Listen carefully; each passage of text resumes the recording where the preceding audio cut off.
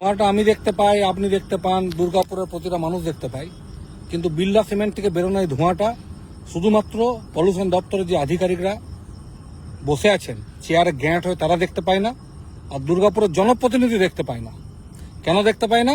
না কারণ তাদের চোখে বিড়লা ম্যানেজমেন্টের উপহারের চশমাটা পড়া থাকে, সেই জন্য তারা বিড়লা শ্রমিক শোষণ, দূষণ, এই ভয়াবহ দূষণের ছবি ভিডিও কিচ্ছু দেখতে পায় না। আজকে 9 জুলাই 2026 রাত 8:30টার সময় এই ধোঁয়াটা আমরা রেকর্ড করলাম এবং এটা আবার তথ্য প্রমাণ হিসেবে জমা দেবো, কিন্তু জানি কিছুই হবে না, কারণ বিড়লা 450 কোটি টাকা লাভ করে টাকার বান্ডিল ফেলে দেয়, আধিকারিক থেকে জনপ্রতিনিধি সেই বান্ডিলগুলো মুখে করে তুলে নিয়ে চলে যায় ভৌ ভৌ করতে করতে, আর সাধারণ মানুষ মরে। তবু আমরা লড়বো, লড়াই জারি রইল। মাতৃভূমি শহর দুর্গাপুর জিন্দাবাদ, ভূমি রক্ষা কমিটি জিন্দাবাদ।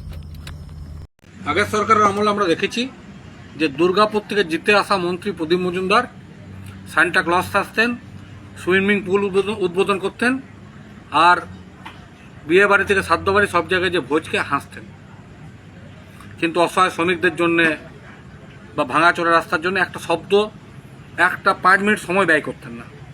সেই আমলে দুর্গাপুর সিমেন্ট ওয়ার্কসের শ্রমিকরা ছাঁটাই হয়ে বসেছিল। এবং এই সরকারের আমলে আমরা দেখছি যে জনপ্রতিনিধি গলায় উত্তরীয় পরে ফুলের মালা নিতে ব্যস্ত, সব দিনে 4-5টা করে সংবর্ধনা নিতে ব্যস্ত।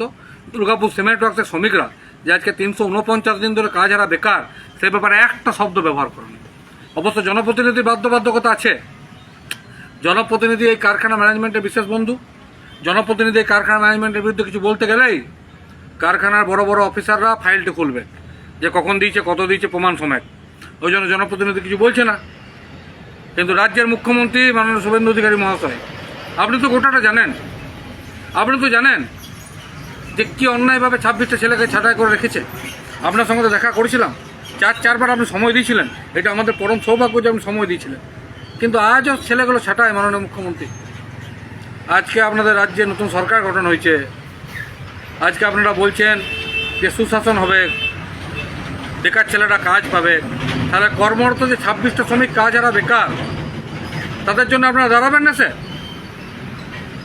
জনপ্রতিনিধি তো আপনাদের যা বদনাম করবা করে দিচ্ছে এলাকাটাতে।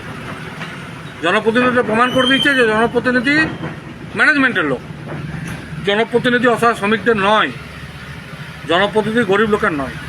তা মাননীয় মুখ্যমন্ত্রী, আপনি দয়া করে হস্তক্ষেপ করুন এবং এটা প্রমাণ করুন যে আপনারা অসহায় গরিবের কথা ভাবেন, আপনারা শ্রমিকের কথা ভাবেন, আপনারা না খেতে পাওয়া শ্রমিকের কথা ভাবেন।